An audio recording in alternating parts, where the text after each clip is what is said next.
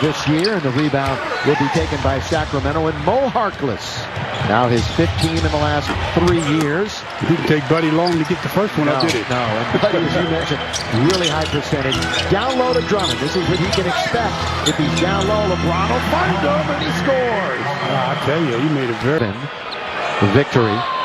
And for Sacramento and Luke Walton, they want to forget about the last game. They lost at home to Utah on Wednesday. 54 points in that game. They're glad they have a road game.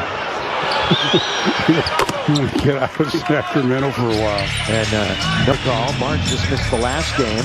Underneath, here's Drummond, hang in the air and score. He flew by while he's in the air. He did a great job of finally getting rid of it. Knocked down from the outside.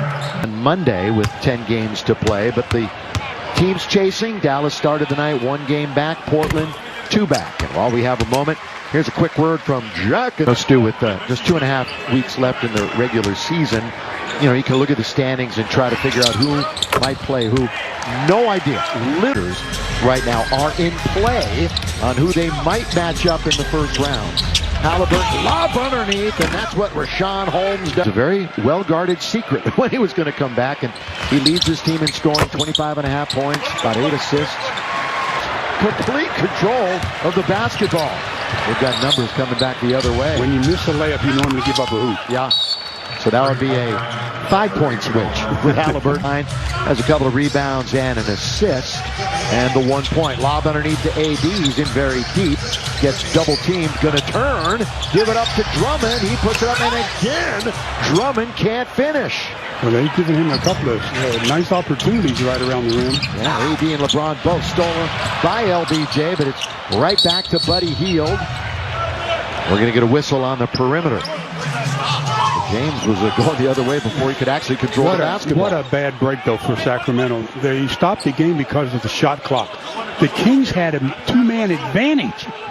They were on a power play, a big one. What a bad break for the Kings. Again, these two teams have split the 2 meetings this season. Kings won 123-120 on March the 3rd. And again in Sacramento on April the 2nd. Lakers one going away 115-94. This is the lone game between the two here at Staples Center. Bounce underneath. There is Harkless unable to control the basketball. Now the Lakers bring it into the front court. Lakers down 10-7 early on. AD, the scoring has improved each and every game that he has been back. At 26 the other night, 14 in the 4th quarter. Buddy Hield goes right around KCP, and then the layup is scored by Rashawn Holmes. Not the kind of start that the Lakers were anticipating. Again, they cannot knock it down at the rim, so they are shooting 2 for 11. That is a robust 18% to start the game. Rebound to Davis. Long lead for Drummond. He's going to collect it. Schroeder on its way from 3. He can't score. So the Lakers are 0 for 4 from downtown, and altogether 2 for 12. An awful start. Buddy Hield going to try a 3 of his own. That glances off the rim. Rebound to AD. He had 5 boards the other night and lost to the Wizards. Alone is Drummond, and finally he finishes at the rim. Good running up and down the middle of the floor by Drummond. That time, KCP with the assist. Andre played 25 games with Kyle and signed with the Lakers on March 28th. Lob behind the head. Halliburton trying to make a highlight play to Holmes, and out of bounds it goes. Well, he made that a little harder than it had to be. I mean, he came around the corner, could have made a little easier pass. And look at that play that KCP made to Drummond.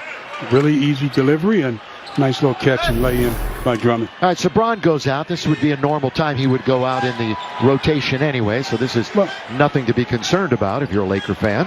And, you know, the one guy that's going to, you know, sacrifice the most with LeBron coming back right now is going to be Schroeder, because he's not handling the ball as much. Not so when LeBron goes out, now Schroeder becomes what he was when LeBron wasn't available to play. And that's what Frank was talking about, the silver lining, that he really ran the show so well and has been really dishing the ball nicely. Here's Davis going to try from the outside.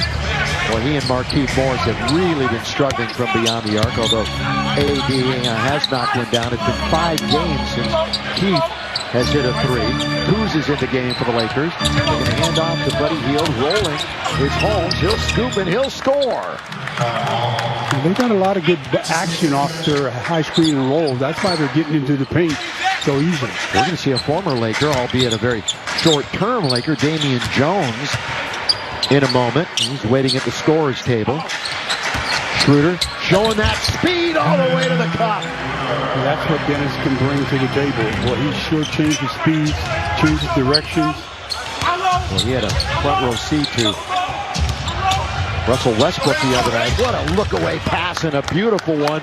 And the throwdown by Mo Harkless. It just wasn't good defense, though, on the weak side. The Lakers turned their heads and never did see Harkless go basic. Mo's coming off of a scoreless game, his first since joining the Kings. AD holding on to it. We've got 4.5 to play in the first quarter from Staples Center. The Lakers turn it over. They only had 10 the other night. Hield trying to find time. Kuzma comes all the way back, but then the follow dunk is by Metu, and the Lakers need and get a timeout. Well, the Lakers didn't transition from offense to defense very